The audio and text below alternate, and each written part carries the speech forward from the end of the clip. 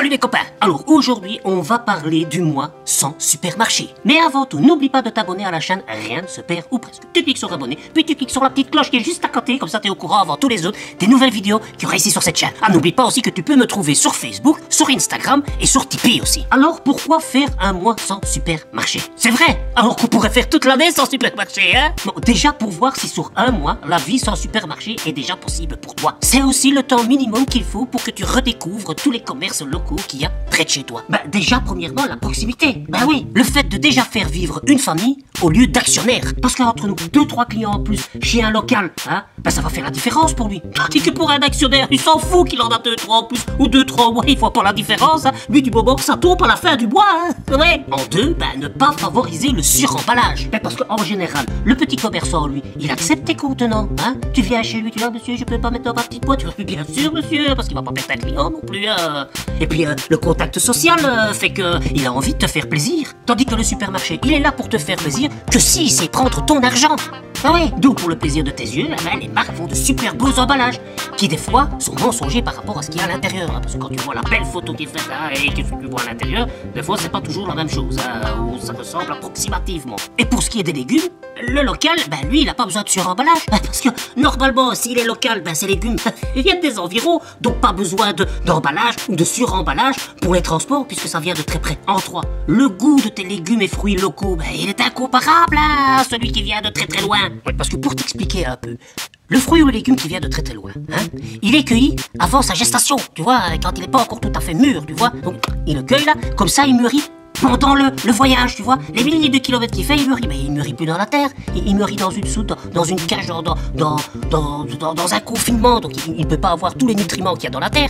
Tandis que le légume ou le fruit local, eh ben lui, il prend tous ses nutriments dans la terre et il est cueilli à la dernière minute pour qu'il aille directement dans l'étal de l'épicier local. Tu comprends? Tu saisis la différence. Donc le goût ne peut pas être le même. C'est logique, tu réfléchis et tu comprends.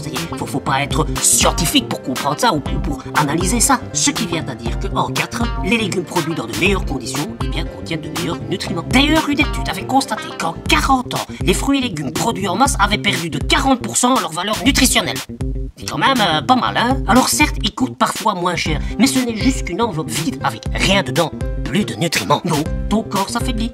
Tu tombes plus vite malade, tu vas chez le docteur, tu prends des médicaments, tu perds ta journée de travail. Et en fin de compte, quand tu auras calculé tous tes faux frais, que moi j'appelle les frais fantômes, hein, ton fruit ou ton légume moins cher, te coûtera plus cher que si tu avais mangé un légume ou un fruit plus sain, voire un fruit ou un légume bio. Bon alors ne me faites pas dire non plus ce que je n'ai pas dit, hein. Je ne dis pas que tu seras plus jamais malade, hein, mais moins. Que ta nourriture soit ton médicament et ton médicament ta nourriture. Alors c'est pas moi qui le disais, c'est Hippocrate.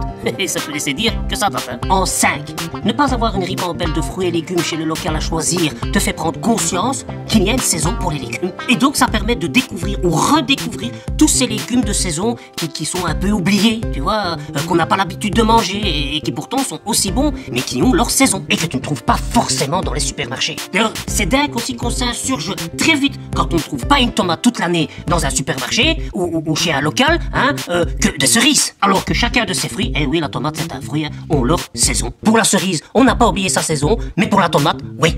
Alors, essayons de se réapproprier les saisons des fruits et légumes. Et enfin, en 6, l'impact positif sur l'environnement. Ah bah oui, manger local a plus qu'un impact positif sur l'environnement. Parce que qui dit local, dit moins de kilomètres. Hein. Et qui dit moins de kilomètres, ah bah, dit moins de pollution, moins d'énergie gaspillée. Et fatalement, ton légume sera moins cher. Ou du moins, ton légume ou ton fruit local bio de saison aura le même prix que le fruit ou le légume industriel importé de Macapette. Voilà, et j'espère que ces différents avantages t'auront fait un peu réfléchir sur ta consommation, sur le fait que tu n'es pas obligé d'aller au supermarché, que tu peux très bien trouver des produits locaux pas chers, hein, il suffit d'un petit peu chercher, de redécouvrir ton environnement. Et, oh tiens, il y a un boucher ici, ah bah il y a un poissonnier, ou peut-être pas, hein. Oh tiens, un maraîcher, oh tiens, un magasin en vrac, hein, comme chez nous à Wavre, Macavrac, hein, qui s'ouvre très bientôt, où on aura des légumes de saison. Hein. Donc on peut retrouver tout ça, chacun chez soi, et il faut un petit peu chercher, ça va? Allez, si tu as des commentaires ou des choses à dire, n'hésite pas à le mettre en commentaire. Ah bah oui, tu peux liker, partager, me soutenir sur Tipeee si tu veux. Et d'ici là, je te dis à la prochaine. Salut les copains.